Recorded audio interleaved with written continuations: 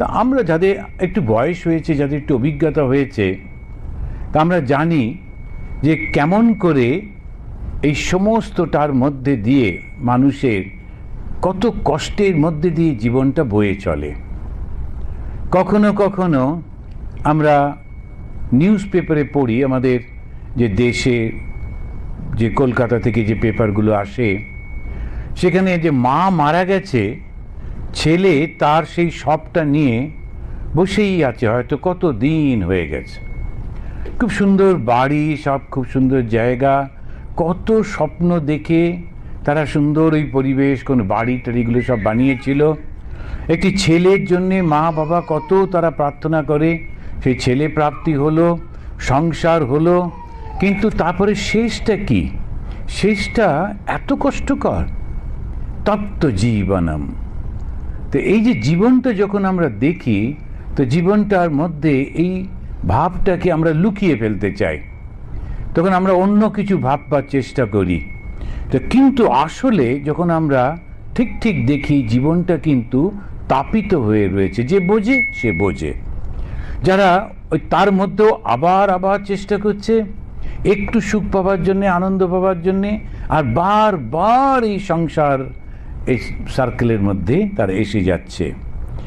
কলমশাপহম। তো এর থেকে মুক্তি উপায় কি? কলমশা মানে হচ্ছে সেই পাপ। পাপটা কি? বাসনা। বারবার মনে হচ্ছে এইটা করব, এইটা করব, এটা করলাম, আচ্ছা হলো না, আচ্ছা এটা করে দেখি, ছেলের বিয়ে দিলাম, খুব হলো না, আচ্ছা নাতির বিয়ে দিয়ে দেখি। একটাই চিন্তার মধ্যে দিয়ে আমরা ঘুরতে থাকি, একই জিনিস। কারণ আর কোনো জিনিস নেই আমাদের সামনে, কিছু চিন্তা করতে পারি না। আমরা কতগুলো জিনিস চিন্তা করি, পড়াশুনো করলে একটা ভালো চাকরি হলে আর একটা সংসারের সঙ্গে যুক্ত, তারপরেতে এইরকমভাবে খুব সুন্দর থাকবে, আনন্দে থাকবে, এর বাইরে যেতে পারি না। কিন্তু এই ভগবানের কথা তখন আমাদেরকে ওই দরজাটা খুলে দেয়, উন্মুখ করে দেয়। ওই কলমশা মানে ওই যে পাপ, অর্থাৎ আমাদের যে বাসনা, ভুল বাসনা, সেইটার থেকে আমরা মুক্ত হই। শ্রবণ মঙ্গলম। এই শুধু শুনলেই মুখ ভালো হয়, অনেক কল্যাণ হয়। শ্রবণ মঙ্গলম, মঙ্গল হয়, কল্যাণ হয় শুধু শুনলে। তারপরে এই শ্রীমদাততম ইত্যাদি যদি অনেক অনেক দান করা হয়, তার যে উপকার, সেটা এই কথামৃতের শোনার মধ্যে থেকে আমরা পাই। তা আমরা ষষ্ঠ পরিচ্ছেদ পাঠ করব। এই ষষ্ঠ পরিচ্ছেদে মাস্টারমশাই শুরু করছেন গীতার একটা শ্লোক দিয়ে। এটা 3rd chapter 27 verse গীতার একটা লাইন তুলে দিয়েছেন, দিয়ে বলছেন অহংকার বিমূঢ় আত্মা কর্তাহম ইতি মন্যতে। মাস্টারমশাই খুব ভালো সংস্কৃত জানতেন, তখনকার দিনে সবাই সংস্কৃত তো পড়তো। স্বামী বিবেকানন্দ এত সুন্দর ইংলিশ জানতেন, কিন্তু সংস্কৃতটাও খুব ভালো জানতেন, সংস্কৃতে কথা বলতে পারতেন। মাস্টারমশাই বলছেন অহংকার বিমূঢ় আত্মা। আত্মা মানে যে জীব, একটা প্রাণী, তার কি অবস্থা? অহংকারেতে সে একেবারে ভুল টুল দেখছে। কর্তাহম ইতি মন্যতে, আমি কর্তা এটা মনে করছে। কেন? অহংকারের জন্যে। অহংকারটা কি? আমি বোধ। এই আমি বোধটা কখন আসে? আমি বোধটা আসে, এটা জন্মালো কোথা থেকে? আমার বুদ্ধির উপরে যখন সেই চৈতন্যের রিফ্লেকশন হয়, তখন আমি মনে করি। একটা উদাহরণ দিতে গিয়ে বলা যেতে পারে, পুকুরে চাঁদের ছায়াটা পড়েছে, চকচক করছে সুন্দর চাঁদ, পুকুরটা মনে করছে এটা আমার। এবার সে পুকুর মাছগুলোকে বলছে, এই তোরা কিন্তু ডিস্টার্ব করবি না, এখানে তুই কাছে আসবি না। আমরা কল্পনা করে নিতে পারি। ঠিক সেই রকম ভাবে আসলে পুকুরের তো নয় ওটা, ওই যে আলোটা যেটা নিয়ে পুকুর খুব গর্ব অনুভব করছে, সেটা কিন্তু চাঁদের আলোর একটা প্রতিবিম্ব বা প্রতিচ্ছবি এবং রিফ্লেকশন। ওই রিফ্লেকশন থেকেই পুকুরটার অত অহংকার। আমাদের ঠিক তাই। আমি বোধটা কোত্থেকে আসে? আমি বোধটা আসে বুদ্ধির ওপরে যখন চৈতন্যের একটুখানি ঝলক পড়ে, একটুতেই আমাদের এই রকম হয়ে যায়, যেন আমরা ভাবতেই পারি না। তো অহংকার বিমূঢ় আত্মা, আর আমরা একেবারে মুগ্ধ হয়ে রয়েছি, আমি করছি। এবং সকালবেলায় ঘুম থেকে উঠে একটু কেউ চা দিয়ে গেল, গটমট করে বাবু এসে বারান্দায় দাঁড়ালেন এবং দূর পর্যন্ত দেখতে পাওয়া যায় আমাদের বাড়িটা সমস্ত পূর্ব দিক খোলা, ইত্যাদি ইত্যাদি অনেক সব বাস্তু টাস্তু দেখে বাড়ি টাড়ি বানানো হলো। এ করে অহংকার মটমট করছেন। এ কোনো সব কিছুই কিন্তু অহংকারী মায়া। তখন ভগবান শ্রীরামকৃষ্ণ বলছেন, একটা প্রশ্নের উত্তর দিচ্ছেন। কার প্রশ্ন? বিজয়কৃষ্ণ গোস্বামী। বিজয়কৃষ্ণ গোস্বামীকে আমরা জানি, উনিও কিন্তু বড় সাধক ছিলেন, শুধু পণ্ডিত না, সাধকও। অ্যান্ড পণ্ডিত আর সাধকের মধ্যে পার্থক্য হচ্ছে, পণ্ডিত ওপরে ওপরে জানে, তর্ক বিতর্ক খুব ভালো করতে পারে, কিন্তু ভেতরের জ্ঞানটা তার কোনো দিন আসে না। কেননা পণ্ডিত সে নানান রকম জিনিস মুখস্থ করে রাখে, এবং যখনই কোনো কিছু হয়, আর সবসময় যখন আমরা ছোটোবেলায় বক্সিং শিখতাম আমাদের স্কুলেতে, খালি মনে হতো কাউকে একটু পেলে একটু ঘুষিটা মারি, এত কিছু শিখি। এখন ঘুষি মারার লোক পাই না, তো কী করি খালি। আর যখন কি করবে তখন বলবো ওই বালির বস্তা ঝুলছে, ওতে গিয়ে মারো, মেরে নিজেরই হাত টাতগুলো কেটে টেটে যেত। এখন যারা যখন একটুখানি শেখে, সবসময় মনে একটু কিছু করি। এই পণ্ডিতও তাই, যেই একটু শিখলো অমনি জগৎটাকে সৃষ্টি করেছে, শোনো আমার কাছে এসো, আমি বলে দেবো। আচ্ছা, সৃষ্টির পর কি কি হচ্ছে শোনো, আমি বলে দেবো, ইত্যাদি করে। তারপরে তো কেউ অন্য কেউ যদি উঠলো, আয় তাহলে বস, আমরা তর্ক করি। এই কালি এরকম হতো কেন? ভেতরে ডেপথ নেই। যে ডেপথ নেই কেন? অহংকার। এই অহংকারটা তো অদ্ভুত জিনিস, কিচ্ছু নেই কিন্তু আমি বোধ আমাদেরকে করে মুগ্ধ করে রাখে। কিচ্ছু নেই, তবু আমি বোধ যে কোথা থেকে আসে এই অহংকারটাই। তো উনি জিজ্ঞেস করছেন বিজয়কৃষ্ণ, কেননা উনি খুব বড় সাধক ছিলেন এবং খুব বড় বংশের লোক। বিজয়কৃষ্ণ গোস্বামী খুব বিখ্যাত মানুষ।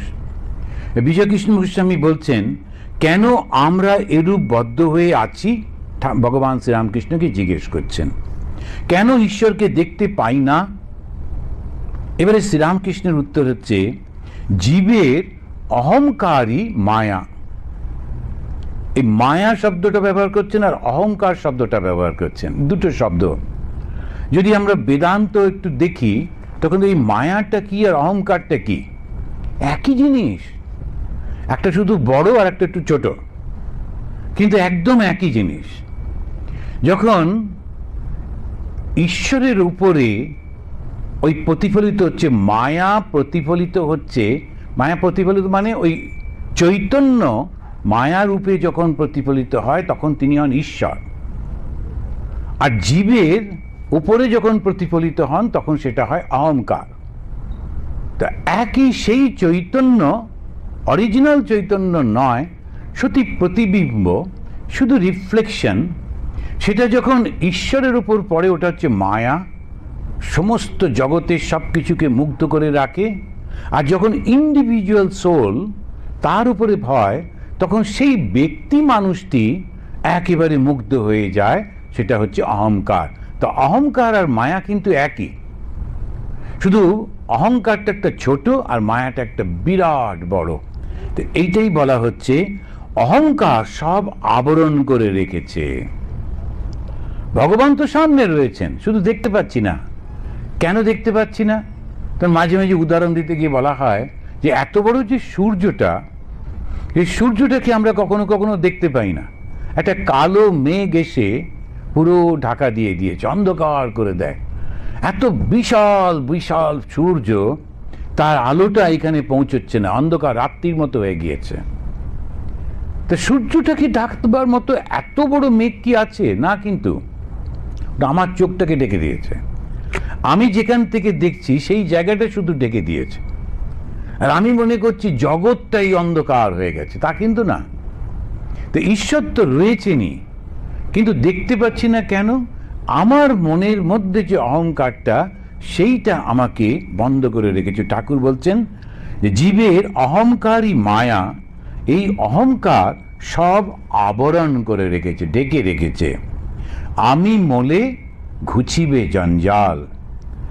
ঈশ্বরের কৃপায় আমি কর্তা এই বোধ গেলে তাহলে সে ব্যক্তি জীবন মুক্ত হয়ে গেল। এত সোজা করে বোধহয় কোনো ধর্মগ্রন্থ বোঝাতে পারেনি, কেউ বোঝাতে পারেনি। আমি মলে ঘুচিবে জঞ্জাল। তো জঞ্জালটা কি? সমস্যা। জঞ্জাল মানে হচ্ছে সমস্যা। সমস্যাটা কি? এই জন্ম আর মৃত্যু, এই দুঃখ আর সুখ, এই বারবার ঢেউ ওঠা নামা কোনো ঠিক নেই। তো এটাই হচ্ছে আমাদের জীবনের সমস্যাটা। এর থেকে বেরোবো কি করে? একটা লোক খুব বড় ধনী হলো, তারপরে ব্যবসা বুদ্ধি আছে, সেটাকে কাজে লাগিয়ে এই করে ও করে, তারপরে যত তার পয়সা হচ্ছে তত আরও বেশি কোথা দেখি ওই মাথার মধ্যে ঢোকে আরও বেশি করে টাকা রোজগার করতে হবে। এবারে টাকা রোজগার করতে গিয়ে মিথ্যার আশ্রয় নিচ্ছে। যখন মিথ্যার আশ্রয় নিতে নিতে আরও টাকা হতে হতে আরও কিছু লোক জুটে গেছে, এই করতে করতে তারপরে হঠাৎ করে একদিন দেখলো সে কিন্তু ধরা পড়ে গেছে। এবারে সে সব কিছু ছেড়ে, যে বাড়ি ঘর এটা ওটা সব ছেড়ে পালিয়ে গিয়ে দূর বিদেশে একা একা বসে আছে, তার কিছুই নেই। তারপরেও তাকে ধরে হয়তো জেলে দিয়ে দিল, তার মধ্যে সেই জেলে রয়েছে। তাহলে কি দাঁড়ালো? এবার সমস্ত ঘুরে ফিরে গিয়ে দেখা গেল আমি আবার কষ্টের মধ্যে পড়লাম। কেন? ওই শুরু হলো লোভ থেকে। লোভ কেন এলো? আমি টাকা রোজগার করবো, আমি আমি আমি যেটুকু পেলে হয়ে যায় সেটুকু কিন্তু ও পেয়ে গিয়েছিল, কিন্তু হবে না। ঠিক কোথা থেকে আরো ইচ্ছা করতে করতে এইভাবেই সমস্ত। তো ঠাকুর বলেন আমি মলে ঘুচিবে জঞ্জাল। যেই মুহূর্তে এটা চলে যায় তখন যদি ঈশ্বরের কৃপা হয়, আমি অকর্তা এই বোধ যখন হয়, আমি কোথা থেকে করছি, এই বুদ্ধি আমাকে কে দিল? ভগবানই তো দিয়েছেন। এই বোধটা যেই হলো তখনই কিন্তু আর কোনো সমস্যা থাকে না। প্রত্যেকটা জায়গাতেই কিন্তু যে ভালো তার থেকে আরো ভালো কেউ আছে। একজন খুব ভালো হলো, এই সিনেমা আর্টিস্টদের যারা অভিনয় করে ওদের ওই এক সমস্যা। প্রথম থেকে হঠাৎ করে খুব ভালো হলো, 2-3টে বই খুব হলো, বিরাট অহংকার হলো, হঠাৎ করে দেখা গেল আবার একটা কোট করে আর একটা কোথাও উঠে পড়লো, তখন মহা মুশকিল। তারপরে গিয়ে বিউটি পার্লারে গিয়ে ঘষে মেজে আর একবার চেষ্টা করলো, হলো না, তারপরে বিউটি পার্লারটাই বন্ধ করে দিল, দিয়ে যাক আর কোনো দরকার নেই, খুব রেগে গেল সবার উপর। কিন্তু কথাটা হচ্ছে এটা হবেই হবে। তারও বাড়া আছেন। কেন? তখন ঠাকুর আমাকে যেটুকু ক্ষমতা দিয়েছেন সেটাও তো কম নয় বাবা। কটা লোক পেয়েছে এই ক্ষমতা? আমি তো অনেকের থেকে ভালো আছি, অনেকের থেকে আমি অনেক ভালো আছি। কেন? ভগবান আমাকে দিয়েছেন, এই কৃপাটা তো তিনি করেছেন। তা আমাদের প্রত্যেকের জীবনের দিকে যদি আমরা তাকিয়ে দেখি যে কত কৃপা যে তিনি করেছেন, কত কি যে পেয়েছি, অন্যদের তুলনায় অনেক ভালো আছি। তাহলে কেন আমি আনন্দে থাকবো না, সুখে থাকবো না? কেন একবার শুতে যাবার আগে বলবো না ঠাকুর তোমাকে অনেক ধন্যবাদ, তুমি আমাকে এত কিছু দিয়েছ? কত লোকে কত কষ্ট, তার কোনো ঠিক ঠিকানা নেই। তো এইটি মনে করতে হলে অকর্তা মনে করতে হবে। আমি তো কর্তা নই, ভগবানই তো করে দিয়েছেন, যে কোনো কারণেই হোক। এই বোধ যেই হয়ে গেল ও কিন্তু জীবন মুক্ত হয়ে গেল। এবার ঠাকুর বলছেন এই মায়া বা অহং যেন মেঘের স্বরূপ। এই মায়া বা অহং যেন মেঘের মতো। সামান্য মেঘের জন্য সূর্যকে দেখা যায় না, মেঘ সরে গেলেই সূর্যকে দেখা যায়। যদি গুরুর কৃপায় একবার অহং বুদ্ধি যায় তাহলে ঈশ্বর লাভ হয়। যদি গুরুর কৃপায় একবার অহং বুদ্ধি চলে যায় তাহলে ঈশ্বর দর্শন হয়। আমারে না যেন করি প্রচার, আমারও আপন কাজে, তোমারই ইচ্ছা করো হে পূর্ণ, আমারও জীবন মাঝে। এটা খুব সুন্দর কবিতা আছে। আমারে না যেন করি প্রচার, সব সময় আমি যে প্রচার করছি আমি আমি আমি, এটা যেন না করি। আমি তোমার কাজ করছি এই ভাবটা যেন থাকে। আর এইটা ভীষণ বেশি এসে যায় সাধুদের, যারা ধর্মীয় ভাবের মধ্যে থাকে, ওদের প্রচণ্ড হয়ে যায়, খুব উৎপাত।